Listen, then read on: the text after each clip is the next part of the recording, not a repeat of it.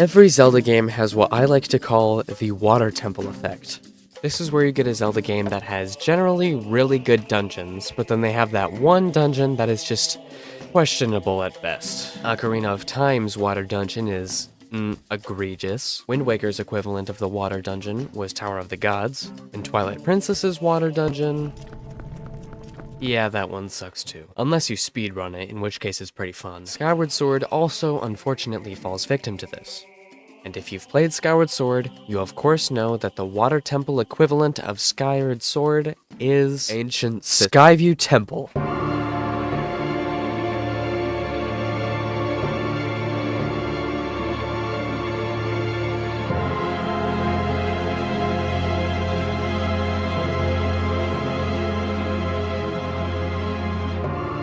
I decided to grab the world record in the Skyward Sword HD Skyview Temple, and it was a mistake. I hope you're ready, because I'm gonna rant about Skyward Sword's most jank dungeon. Oh no. Oh no. Oh no! What? The run starts with a few rolls through cobwebs. Then we have an interesting puzzle that Skyward Sword houses within the Skyview Temple. These little eyeballs move around to where you move your sword, and you're supposed to move them around in a circle and make them dizzy. The faster you do it and in a more narrow path, the more dangerous, but as a result, faster the puzzle becomes. Next, we have the second hardest trick in the run. This spider roll is kinda precise. I used to do this just out of habit and hopes, but if you know how it works, it is actually very consistent. Just rough to do if you get in your own head and try to do it too fast. Next is another spider web and some water, but that's not that big of a deal. These vines have a spider that's very much RNG, but he usually doesn't get much in the way. Then we have another spider and an eye puzzle. The eye puzzle is a bit more difficult because there's two of them, and the spider took a while for me to find my strategy of how to go the fastest, but I settled with a jump attack to instant spin to the right. Then we have this jump off the log to sort of glitch onto these stairs without grabbing the vines, or worse, falling in the water. Next we have the spooky scary skeleton. After a lot of running into beetle sequences that aren't that difficult at all, we get to the single most difficult trick in the entire run. This slingshot trick shot is insanely precise. Too far to the left and you'll hit, I don't know, I can't remember. Too far to the right and you'll hit this tree. Too low and you won't make it. Too high and you'll hit that tree.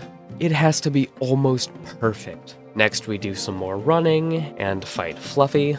Where he's at and how he's turned is RNG. Ideally, he would be facing diagonally away from you or to the side, so that when you run up, he'll start turning so that one slash can get all three heads. Next, this tightrope sequence can be a little annoying, but I've only failed a single run to it. And then the vine section. This killed a lot of runs. I would say this is the third most difficult sequence in the run. And it's right at the end. There's a little technique you can do where if you jump off the second vine and instantly roll and grab the key, you can target and sprint over and jump off and grab the vine before it does an entire swing. Then you have Girahim, the RNG master, to finish off the run. And then after Girahim, the hardest part of the whole run, holding up your Joycon. At first, this dungeon doesn't really seem like much. All you're doing is rolling through some cobwebs, shooting some crystals with the slingshot, and then doing like one or two complicated things. This slingshot shot over in this room, and this spider jump. But cobwebs kinda suck, and motion controls are unreliable. You have no idea how many runs I have lost to getting caught in those cobwebs, or having my Joy-Cons malfunction. Listen, I love motion controls. That's how I always play. Especially for Skyward Sword HD, I would defend those controls to death. But I now acknowledge that there are some glaring issues that Nintendo needs to fix. I had the world record once before, so I was confident I could get it again. And boy was I in for a ride. It took ages before I had my first world record attempt. And then, I had the world record right in my clutches.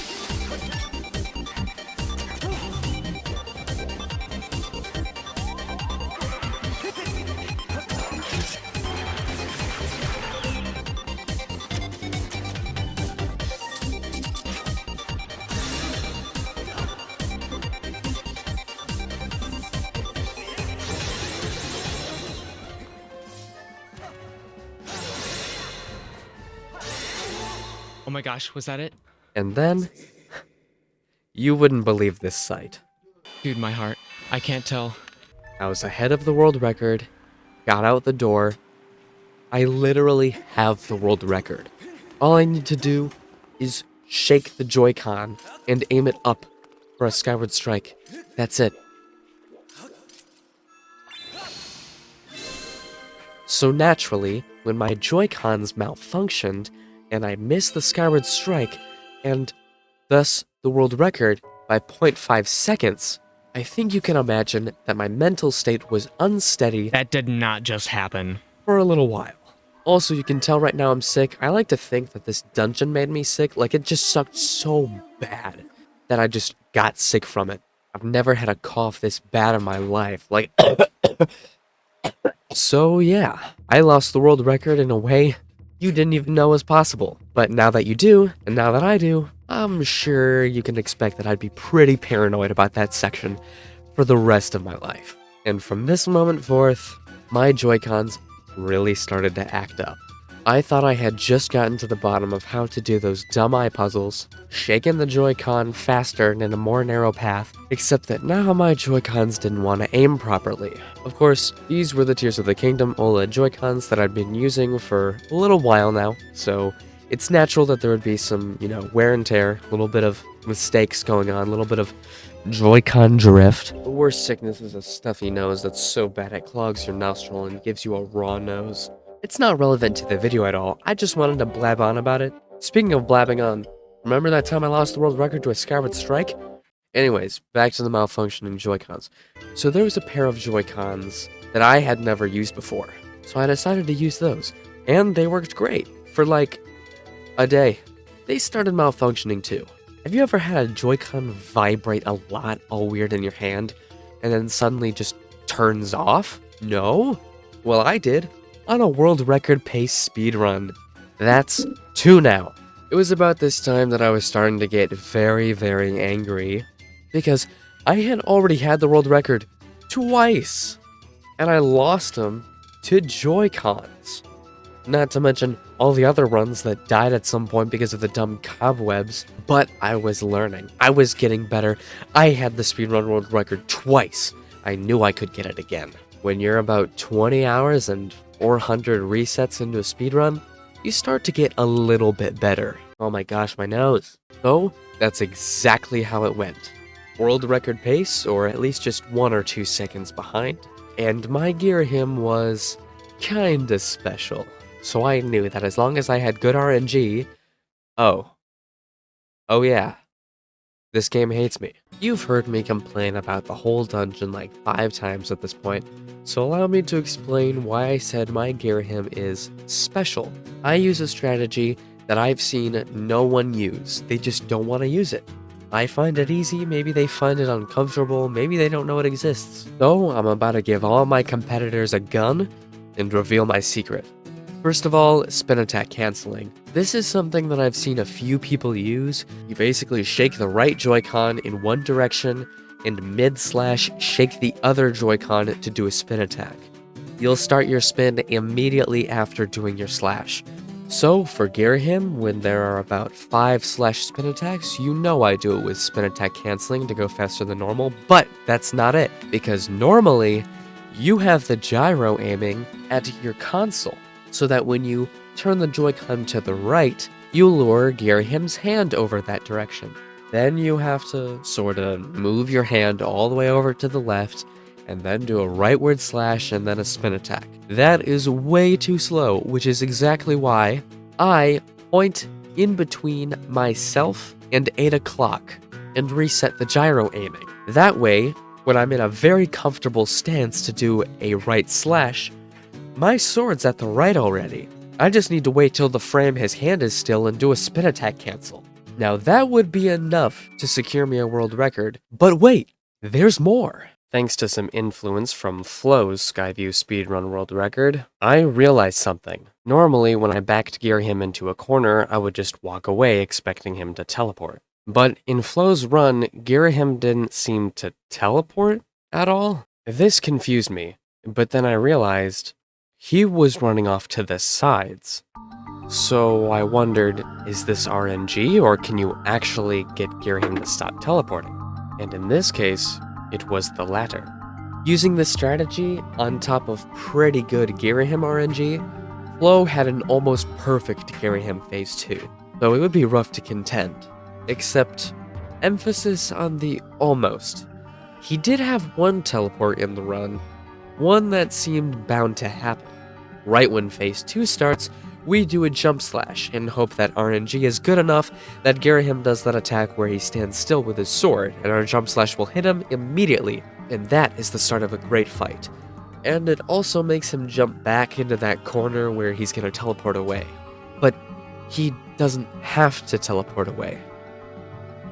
You see, a well-timed roll and running behind him will prevent him from teleporting, because now his back is turned to the whole room, so he can do any attack he so desires. I also was trying to play it more safe with my crappy Joycons acting up a lot. I was figuring out the spider roll pretty well, and it wasn't gonna be easy. That had a great run with a bunch of good RNG as well, but it was time to finish this.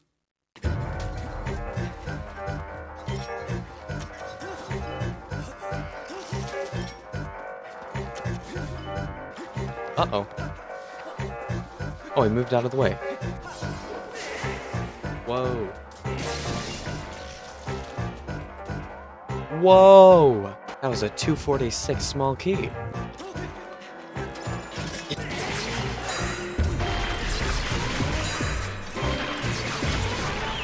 Is that a sub 4 beetle? Oh, almost. Third try again. Nice, nice.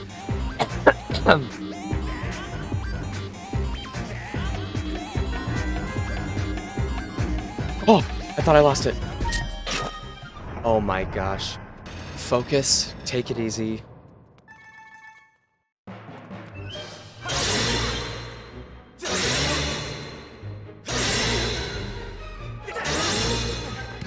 Oh, yes, okay.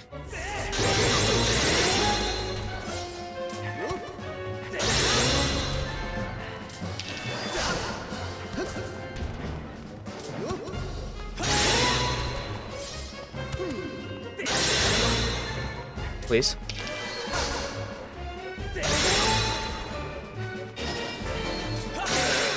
Oh my gosh! This is it! That's so freaking fast! Okay, I'm shaking so bad. Just calibrate properly, good Skyward Strike, and it's done. Slow and steady. No, come on. Yes! Finally, it's over! Holy cow. 40 hours, 500 resets, and a world record loss to that Skyward Strike. But I did it. And I did it while sick. Let's go. And there you have it. This is how I beat Skyward Sword's most aggravating dungeon faster than anyone alive. If you like this video and want to see more speedruns with no commentary, well, I've got a bunch of those too, and more coming up. Thank you all so much for watching. Please subscribe if you want to help me out and stuff, and I'll catch you next time.